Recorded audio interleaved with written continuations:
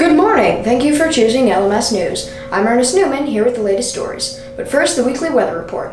This week should be gorgeous other than some light overcast on Tuesday. Speaking of sunshine, we have our first story coming in from our field reporter on a local farm. How's the weather out there, Carl?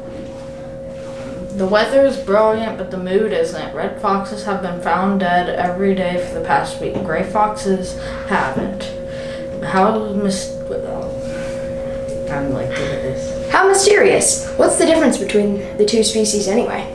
Although you might think the red and gray fox are pretty much the same thing, there are some big differences between the two. The first difference is that the gray fox has a much wider weight range than the red fox. Furthermore, the gray fox can run 11 miles per hour faster than the red fox.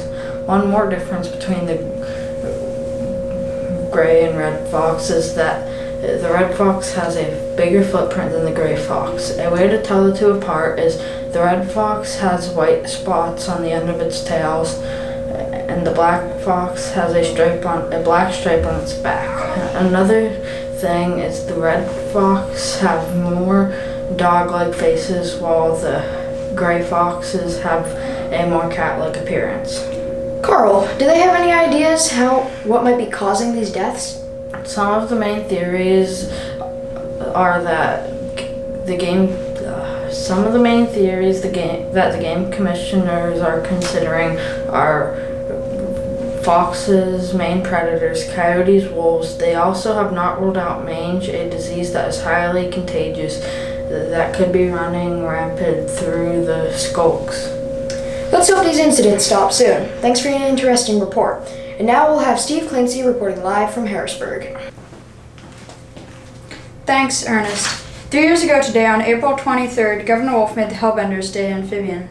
Interesting. Could you inform us about this odd creature, the Hellbender? The Hellbender was discovered in 1803 and is a slimy, rough-looking amphibian that lives in shallow, rocky, flat, fast-flowing streams.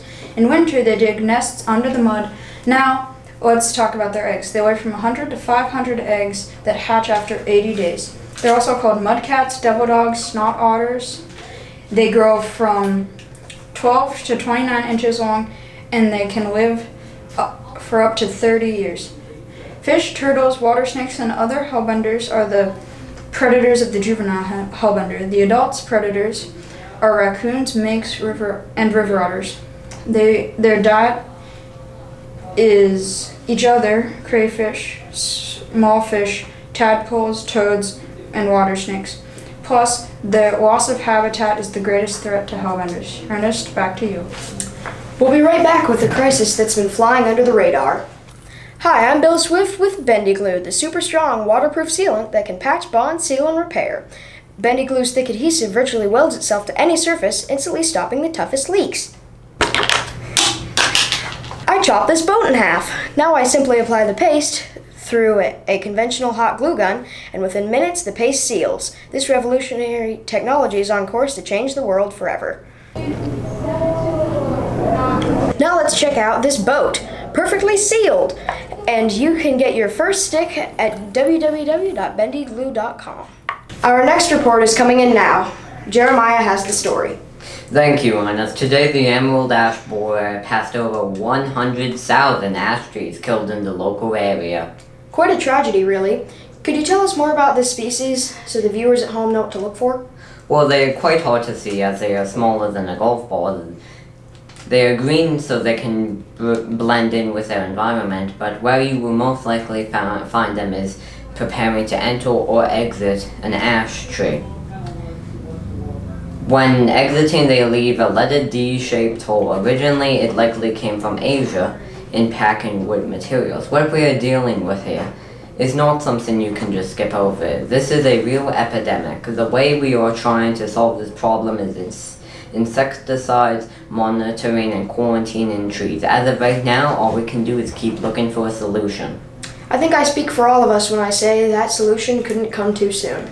Our final story today is about a mole-like creature, the short-tailed shrew. A local man has been bitten by one of these little animals. These shrews contain enough toxin in their saliva to paralyze and kill other animals of their size. Luckily for Low Common, these fuzzy creatures pose no lethal threat to humans, even if their sharp teeth certainly aren't pleasant. According to Coleman, he was just trying to make a new friend. That didn't go well for him, but he has requested that we inform the public about these feisty little guys so no one will go through what he has. Alright then, they eat small insects, spiders, and worms.